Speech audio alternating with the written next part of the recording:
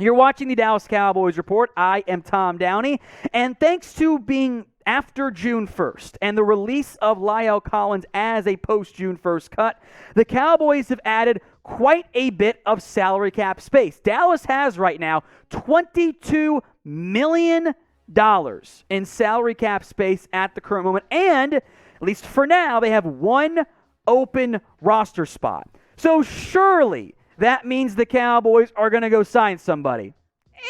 Maybe not on that standpoint there. But they are top 5 right now in salary cap space across the entire NFL. And they have signed a grand total of 3 outside free agents this entire offseason. There have been multiple teams who have done that in a singular day multiple times this year. The Cowboys have not shown any interest in making player acquisition a 365-day type of thing. Has not been their philosophy in any capacity this offseason. So before we break down some of my free agent lists that maybe they signed one, right? Will Dallas actually sign somebody? Y for yes, N for no. Will they actually add a player who you have heard of? Y for yes, N for no. Sound off in the comments section. We're going to go position by position here, beginning with linebacker, where Mike is going to play your hybrid role. Leighton Vander Esch is on a cheap deal. Hopefully Jabril Cox breaks out. And then a lot of unknown at linebacker. Some UDFAs. I doubt Damone Clark plays. So that you are thin at linebacker. God forbid somebody gets hurt. You're not in great shape. So 3 names, and we'll go more in depth on each of the 3 names here. Anthony Barr, heavily linked already. Diontae Hightower could fill a similar role as Anthony Barr. And, spam it with me, Cowboys legend Anthony Hitchens. First up is Anthony Barr, who I am a little bit surprised remains unsigned. I think he makes plenty of sense for the Cowboys at this point. Now, I'll say it once and not mention it again. Got to be at the right price, right? We know how Catboy likes to operate. He does not want to spend big money. So Anthony Barr could not be an expensive option. As we get into June and even July, the player's actual cost does begin to dip as their asking price dips as well. There is a connection as well with George Edwards, his old DC, in charge at as the Cowboys' defensive assistant. Next up is Anthony Hitchens, and I think he'd be your linebacker 4 behind Micah, LVE, Jabril Cox on a likely cheap 1-year deal with little to no guaranteed money. I'm fine with that. He's not prime Hitchens anymore. He is best as a backup, but he gives you some veteran experience. Diontae Hightower is the interesting name. My concern here is that injuries and age have really begun to add up for the once dynamic and unique linebacker. He did not ever quite at the same level as Micah Parsons, but he did some of those like hybrid blitzing and pass coverage and run stopping abilities. He has not been the same caliber of impact guy specifically last year. He opted out of 2020. Was not the same guy when he came back. He is, by the way, 32 years old now, but he fits a similar play style as Anthony Barr. Now, if you want the Cowboys to go out and sign someone, show it by liking this video. I'm going to give you guys some time to click that like button real quick. So if the ad break comes here on YouTube, take advantage of it. Head down there, like the video, and prove to Stephen Jones that you want the Cowboys to do something, sign somebody with all that cap space left right now. Let's look at special teams now. Not kicker, not punter, not long snapper. Punt returner is a big-time red flag for me. The guys you have on your roster who have done it before, namely CeeDee Lamb, you don't want to make Lamb your punt returner. You want to try somebody else. And maybe a young guy, Jalen Tolbert, can emerge as that piece. If not, there are some free agent options. 3 names here. We'll group them all together since it is a punt returner here. Dede Westbrook, Chester Rogers, and Diontae Spencer. All 3 had punt return reps last year for the Vikings, the Titans, and the Denver Broncos, respectively. Now, of course, none of them ended up with a return touchdown because it's pretty rare in the modern-day NFL. And all 3 were just a little bit below what Lamb did last year, although Rodgers has been just behind him, 9.8 versus 9.9 yards per return for Lamb on a higher volume. Westbrook offers you a little bit more speed. I'd probably rank them in that order, Westbrook, Rodgers, and Spencer, but Westbrook and Rodgers are pretty close. So if you want a vet that has done punt returns last year, those are 3 good names to keep an eye out for. I want you guys now to name a player you want to sign.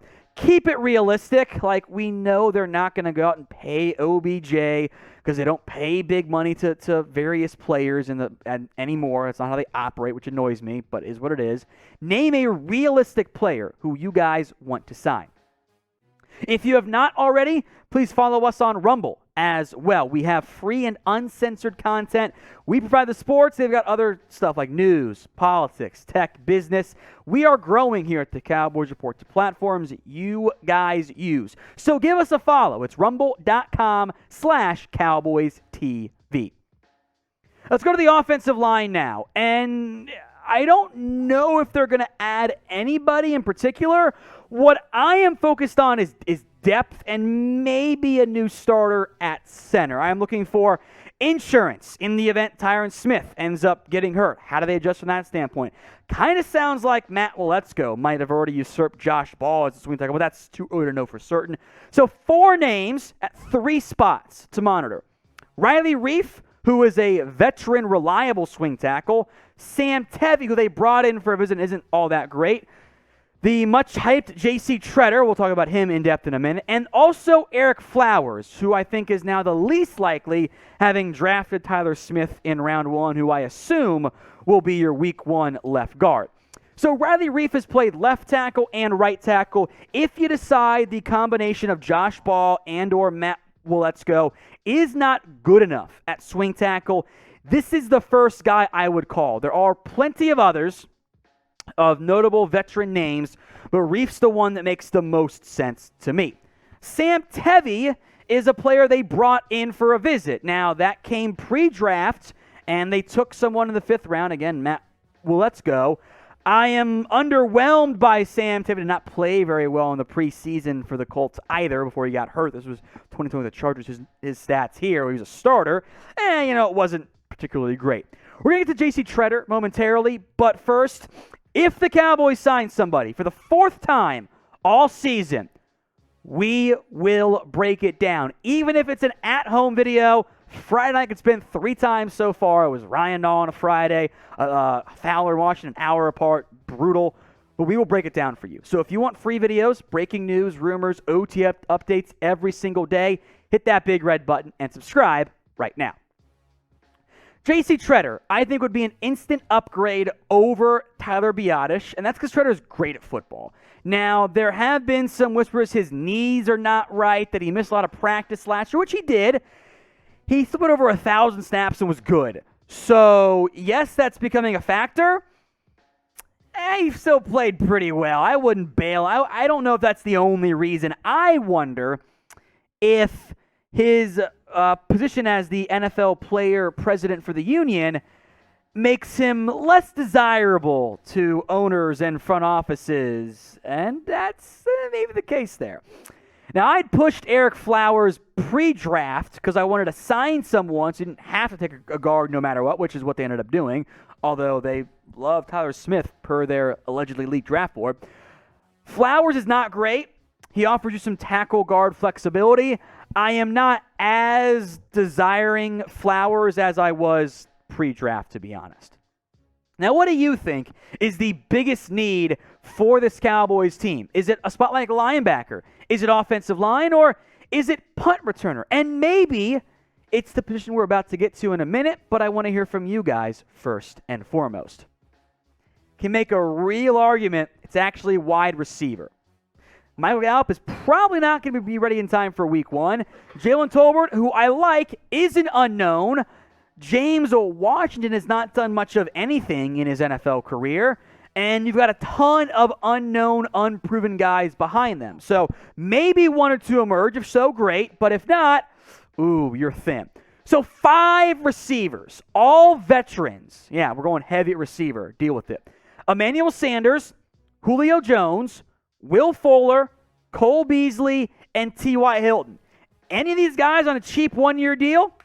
Let's ride. I'm also not going to be mad for various reasons if they are not the players signed. First up, Emmanuel Sanders. Great route runner, someone I've wanted for a long time in Dallas, but the age is starting to catch up. Look at his production, right? Missed some games, but the yards, steady decline. The catches, also a decline. He's not going to be prime Emmanuel Sanders anymore. Julio Jones is the biggest name on this list, but he's been bad for 2 years in a row. And yes, I think Dak Prescott is better than Ryan Tannehill and better than Matt Ryan. Those QBs aren't like Daniel Jones, though. So I am concerned that the Julio we all know and love, we're never going to see that guy again. However, is it worth the one-year deal to find out and be certain? Kind of think so. Will Fuller is the name that really intrigues me here because when he is out there, which isn't that common, he is able to make some big plays as a vertical threat. And the Cowboys on this roster don't have that level of speed. James Washington, good speed, not the same caliber of speed. Fuller in 2020 was better than what we've seen of Washington in the past. It's a question of, do you trust him to actually stay on the field? Cowboys legend Cole Beasley next up here. You'll see one big thing beyond the age and the COVID, so which I don't think is as big of a concern at this point anymore. Same catches in 2020 versus 2021, but a massive drop-off in yards. Beasley he borders on end-of-career Jason Witten, where he'll catch the ball for you, he'll fall forward, but it's going to be short of the field and not many big plays afterward. He could also maybe your punt returner, but he doesn't bring you the explosiveness you want anymore. T.Y. Hilton, you saw the great 2018? Injuries. There was even some buzz after 2020 of, hey, is T.Y. going to play again? I'm not so sure. I don't know if the injuries are, enough for him to have to call it a career or not. Workouts, sure. The report the Cowboys had interest, it was a bad word-of-mouth game. But any of these 5 guys on a cheap one-year deal, how can I be mad when they've signed 3 guys all season, right? So if you have your pick of these 5 receivers, who would it be? Type ES for Emmanuel Sanders, JJ for Julio Jones, WF for Will Fuller, TY for T.Y. Hilton, or CB for Cole Beasley. Let me know what you guys prefer in the comments. Let's look at the defensive line now, our last position grouping here. Overall, in pretty good shape. I would love a more proven impact defensive tackle.